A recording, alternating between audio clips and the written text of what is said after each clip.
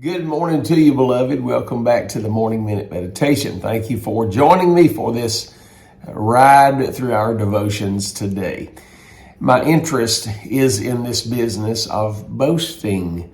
The Bible said in Ephesians 2:8-9, "For by grace we're saved through faith, and that not of ourselves. It's a gift of God, not of works." And then the last phrase, "lest any man should boast." Most of the time we put the emphasis on the grace of God in salvation in those two verses. However, I would like to emphasize man's predisposition in his Adamic nature to boast and to brag and to walk in pride.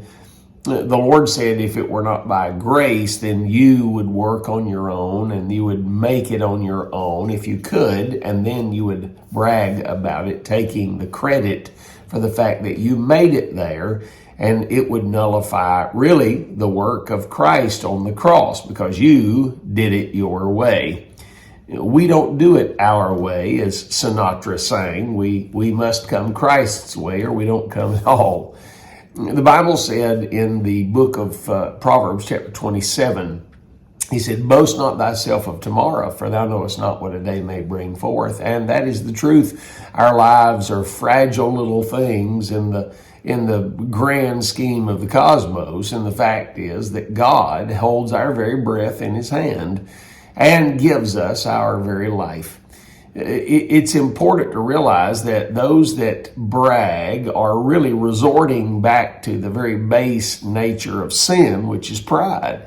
The reason Satan got kicked out of heaven, pride. The reason Adam and Eve fell in the garden was pride, in the fact that they believed that they knew better than God and could disobey his one and only commandment given to mankind. And so that being said, one of the things that we realize is that pride and arrogance, ego, and this business of boasting about it run hand in hand with the Adamic nature and is sinful. One of the things, however, about this business of boasting and pride is the fact that the proud are oblivious to the fact that they are proud most often, and they become a spectacle either of scorn or comedy for those who are looking on and laughing about who the individual thinks that they actually are in their mind. The term has been coined, a legend in his own mind. That very statement leads us to believe and understand that it's speaking about the base nature of the pride and arrogance of man. God said this about pride. He uses the word 49 times in the Bible. He uses the word proud 48 times in the Bible. And in Proverbs 16:5, he said, everyone that is proud in heart is an abomination to the Lord. In other words, pride brings God's stomach to the point of regurgitation is basically the word picture there. And then in Proverbs 21:4, a high look at a proud heart and the plowing of the wicked is sin before God. And so we realize that. Now, those who live in pride become oftentimes a practical joke for others. This was written in the Grand Rapids Press many years ago. There was a man that worked in a local plant that was constantly bragging about the gas mileage his car was getting. So as a practical joke, his co-workers would take turns going out in the parking lot every day while he was working and adding a few gallons to his car at a time.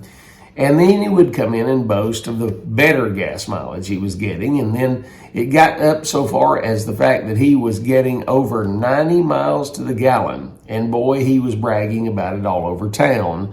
They were getting a kick out of it at work. And they got an even greater kick when they stopped putting gas in his car and watched him go stark raving mad over the fact that he couldn't figure it out. Here's the facts. The facts are we are nothing without Christ.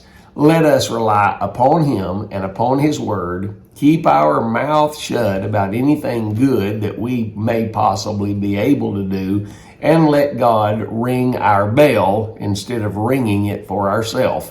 Think on these things today, friend, and have yourself a great day and a great weekend.